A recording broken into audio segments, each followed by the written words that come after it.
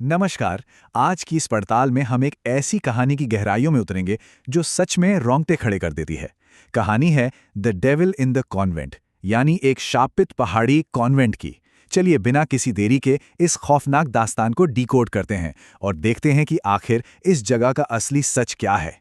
तो सबसे बड़ा सवाल यही उठता है कि पहाड़ों के बीच बने उस 100 साल पुराने कॉन्वेंट में आखिर ऐसा क्या है जो भी वहां जाता है वो लौटकर क्यों नहीं आता।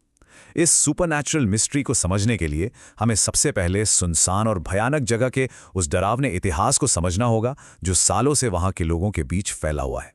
और इस सारे खौफ की शुरुआत होती है इस एक लोकल लेजेंड से। वहां एक नन की आत्मा भटकती है। जरा सोचिए, तेज बारिश हो रही है, बिजली कड़क रही है और तीन दोस्त ऐसी अजीब सी जगह पर पहुंचते हैं।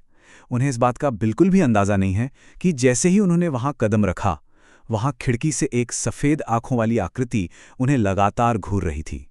शुरुआत ही एकदम दिल दहला देने वाली है ना। अब यहां इन तीनों दोस्तों के रवैये को देखिए। इनकी साइकोलॉजी में जमीन आसमान का फर्क है। राहुल एक अलग ही थ्रिल में है, एक्साइटेड है कि उसे आखिर एक हॉन्टेड कॉन्वेंट मिल ही गया।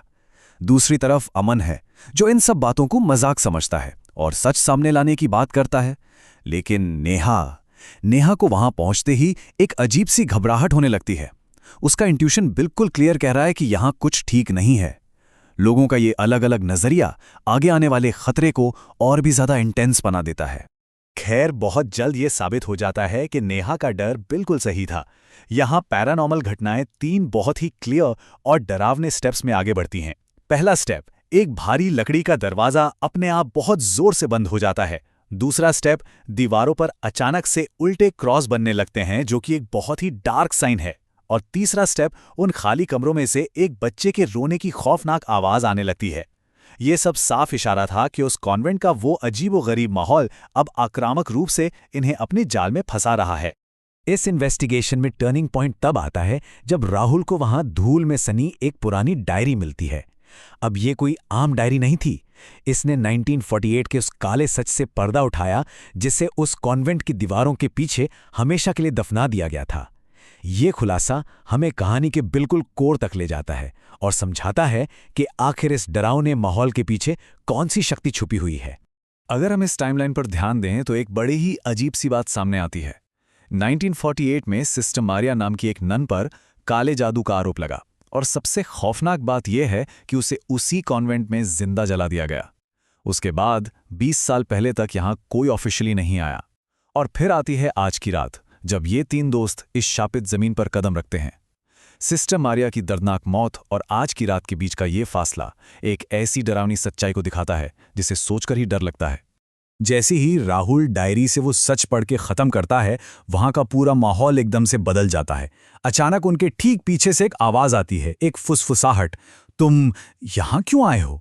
और इस सवाल की ठीक बाद पूरे कॉन्वेंट की लाइट चली जाती है और हर तरफ सिर्फ घुप अंधेरा छा जाता है। ये वो मोमेंट था जब उन्हें समझ आ गया कि अब वो वहां अकेले बिल्कुल नहीं हैं। उस घने अंधेरे में बुरी तरह घबराई हुई नेहा किसी तरह अपनी टॉर्च जलाती है और टॉर्च की रोशनी सीधे दीवार पर पड़ती है। वहां बड़े और बोल्ड अक्षरों में लिखा था, लीव, यानी चले जाओ। और ध्यान देने वाली बात यह है कि यह संदेश खून से लिखा गया था। उस अदृश्य शक्ति की तरफ से यह पहली सीधी वार्निंग थी, किसी भी फिजिकल अटैक के होने से बस थोड़ी ही देर पहले। और इसके बाद शुरू होता है रात का सबसे भयानक मंजर। अमन, जो शुरुआत में इन सब बातों का मजाक उड़ा रहा था, वो इस शक्ति का पहला शिकार बनता है। बिना किसी सहारे के वो हवा में उठ जाता है। वो पूरी तरह पैनिक में मदद के लिए चीखता है और अगले ही पल एक इनविजिबल फोर्स उसे बहुत जोर से दीवार पर पटक देती है।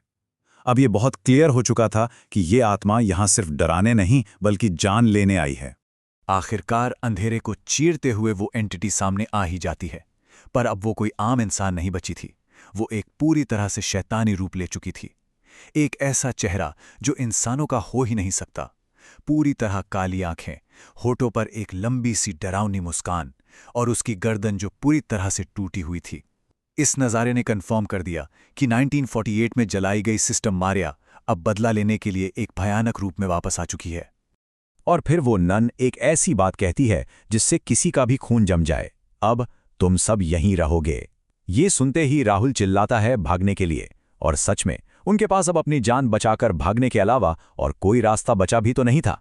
कहानी अब अपने सबसे डरावने पॉइंट पर पहुंच चुकी है। वो तीनों एग्जिट की तरफ पागलों की तरह भागते हैं, लेकिन बाहर निकलने का वो दरवाज़ा वहां से पूरी तरह गायब हो चुका था, मानो वो दीवार कभी दरवाज़ा थी ही नहीं। ये देखकर नेहा रोने लगती है, क्योंकि वो समझ चुकी थी कि वो एक बेहद खतरनाक जाल में फंस चुके हैं। और ठीक उसी पल उस चर्च की एक अजीब सी घंटी अपने आप बजने लगती है, बिल्कुल उनकी मौत के ऐलान की तरह। उस रात के बाद जो हुआ वो सुनने में और भी डिस्टर्बिंग लगता है। राहुल, अमन और नेहा उस दिन के बाद कभी वापस नहीं लौटे। वो बिना किसी निशान या सुराग के हमेशा के लिए गायब हो गए। पीछे बचा तो सिर्फ एक ना सुलझने वाला रहस्य और उस कॉन्वेंट का वो भयानक सन्नाटा। लेकिन रुकिए, कहानी का क्लाइमैक्स अभी बाकी है। यहाँ एक ऐसा सवाल खड़ा होता है जो इस पूरी इन्वेस्टिगेशन का नजरिया ही पलट देता है। सवाल यह है कि क्या वो सच में कभी वहां गए भी थे? अगली सुबह जब पुलिस वहां छानबीन के लिए पहुंचती है तो एक ऐसा ट्विस्ट सामने आता है जिसके बाद इस पूरी घटना पर नए सिरे से सोचने पर मजबूर होना पड़ता है। इन्वेस्टिगेशन करने वाले पुलिस ऑफिसर का बयान देखिए। वो कहते हैं कि यहां तो पिछले 20 सालों से कोई आया ही नहीं है। जरा सोचिए, इस एक सेंटेंस ने उन तीनों दोस्तों की उस पूरी डरावनी रात पर सवाल खड़ा कर दिया। अगर वहां 20 साल से कोई गया ही नहीं, तो उन तीनों के साथ जो भी हुआ वो क्या था? क्या वो किसी अलग डायमेंशन में चले गए थे? या उस नन ने एक अलग ही रियलिटी बना ली थी जिसका इस दुनिया से कोई कनेक्शन था ही नहीं? पुलिस बाहर खड़ी है और कैमरा जब धीरे धीरे उस कॉन्वेंट की खिड़की पर जूम इन होता है तो एक बार फिर वही शैतानी नन वहां खड़ी मुस्कुराती हुई दिखती है और उसके होठों से सिर्फ एक शब्द निकलता है, नेक्स्ट। इस खौफनाक एंडिंग से एक बात तो तय है कि कुछ सुपरनैचुरल ट्रैप कभी खत्म नहीं होते। वो एक एंडलेस लूप की तरह काम करते हैं और चुपचाप इंतजार करते हैं अपने आने वाले नए शिकार का। आखिर ऐसी जगहों की असली सच्चाई होती क्या है? ये एक ऐसा सवाल है जो किसी को भी सोचने पर मजबूर कर दे।